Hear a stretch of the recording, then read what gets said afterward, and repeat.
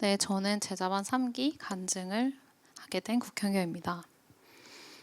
이번 제자 훈련을 하면서 가장 크게 느낀 점은 형제, 자매, 동역자들과 함께하면서 공동체 안에서 더욱 든든해진 것과 각자의 상황 속에서 때에 맞게 우리를 지켜주시고 인도해 주시는 주님의 은혜이다.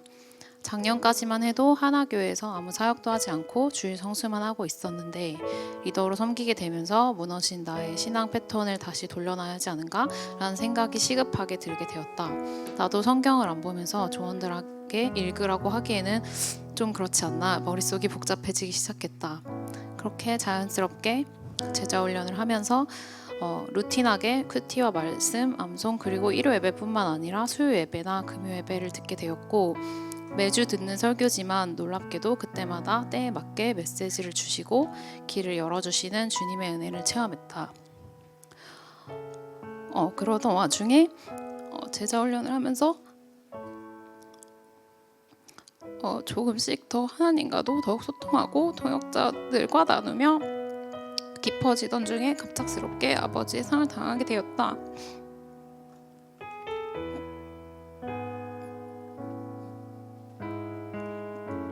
그 주에는 정말 실감이 나지 않고 믿기지 않았던 것 같다.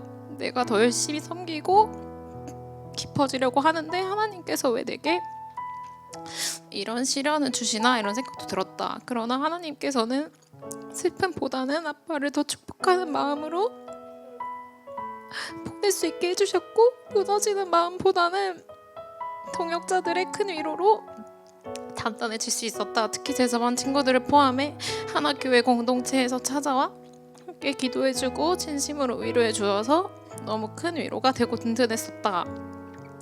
그렇게 어려운 상황 속에서도 제자반을 하며 하나님과 더 가까워지고 깊은 교제를 하면서 다행히 밑바닥으로 무너지지 않았고 제자반이 없었으면 원망하고 무너질 수도 있겠다는 생각이 들었다. 근데 중요한 건 사실 제자반을 하기에 수련회를 가야지만 하나님과의 깊어지는 게 아니고 관계가 깊어지는 게 아니라 평소 잔잔하지만서도 단단하게 신앙을 다지는 게 얼마나 어떠한 상황 속에서도 내가 버틸 수 있는지 그게 얼마나 중요한지 다시 한번 스스로 리마인드하고 깨닫게 되었다.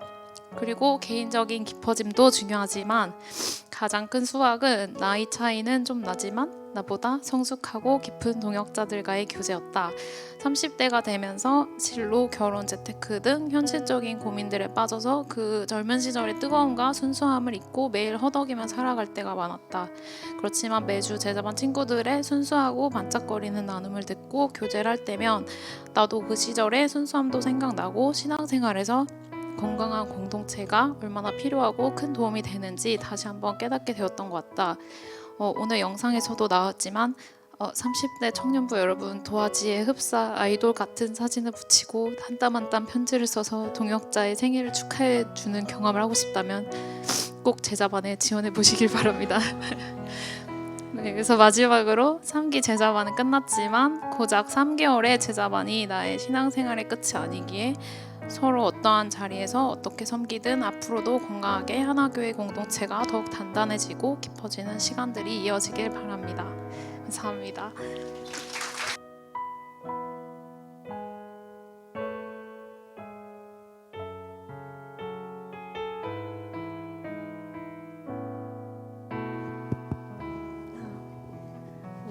우선 간증을 할 수 있게 해주신 하나님께 감사드리며 시작하겠습니다. 저는 올해 초 하나님과 동행하는 직장인이 되어야겠다는 포부와는 달리 하나님이 아닌 다른 것들로 마음을 채우고 있었을 때 무엇인가 잘못되었다고 느꼈습니다. 그래서 점점 공허해지기만 하는 저를 보며 올바르게 살기 위해 제자 훈련을 신청하게 되었습니다. 그렇게 시작된 제자 훈련에서는 처음에 한 신앙 고백부터 마음에 걸렸습니다. 정말로 하나님을 믿는지, 예수님이 이 땅에 오셔서 우리를 위해 죽으시고 다시 사셨는지 그저 주입식 교육으로 만들어진 신념 같아 믿음에 대한 의심이 생겼습니다. 그래서 매주 훈련 시간에 안 믿기는데 어떡하냐고 목사님께 반문했었습니다. 여러 질문 중에서 사랑이 무엇인지 모르겠다고 한 질문에 목사님께서는 제가 하나님을 사랑하지 않아서 모르는 것이라고 답하셨는데 그때 가장 충격이었습니다. 지금까지 제 모든 신앙이 잘못된 것 같아 너무나도 슬펐습니다. 며칠을 밤새 울면서 그러면 하나님이 안 좋아하시는 영상, 책, 미디어 다 안 하겠다고 그럼 사랑이 무엇인지 알려달라고 기도했습니다. 이렇게 시리에 빠져 멍하니 산책을 하던 중에 갑자기 나무와 꽃가루가 날아가는 풍경을 보게 되었는데 그때 하나님이 마음을 움직여 주셨습니다. 이 모든 자연이 하나님이 만드신 질서로 움직인다는 사실을 믿게 되면서 지금까지 닫혀있던 마음이 열리게 되었습니다. 다시 일어나 주를 예배함이 모든 기쁨이 되리라고 한 찬양 구절에 마음이 동하게 되고 태초에 하나님이 천지를 창조하셨다는 말씀이 거리낌 없이 믿어지며 예수님이 우리를 위해 십자가를 지신 사실에 조금씩 마음이 열리게 되었습니다. 더욱 신기한 점은 말씀을 읽으려는 마음이 솟아나고 하나님의 사랑을 더 세상에 알리고 싶어지게 된 것입니다. 이는 사람으로 혹 하나님을 더듬어 찾아 발견하게 하려 하심이로되 그는 우리 각 사람에게서 멀리 계시지 아니하도다. 사도행전 17장 27절 말씀. 이 말씀처럼 하나님의 살아계심을 알려주셨고 이런 모든 변화는 하나님의 은혜였습니다. 훈련 기간 동안 다시 옛습관이 나오며 넘어지기도 했지만 하나님은 여전히 말씀을 통해 저를 보고 계신다고 말씀해 주셨습니다. 하나님은 나의 행동과 모든 것을 뛰어넘어서 사랑하십니다. 이 사실이 너무나도 감사합니다. 제자 훈련은 이제 끝나지만 전처럼 사는 것이 아니라 하나님과 매일 동행하면서 살고 싶습니다. 하나님의 사랑 안에 푹 적셔져서 하나님을 사랑하고 주변인들과 세상을 사랑하는 사람 그리고 3기 제자반이 되길 소망합니다.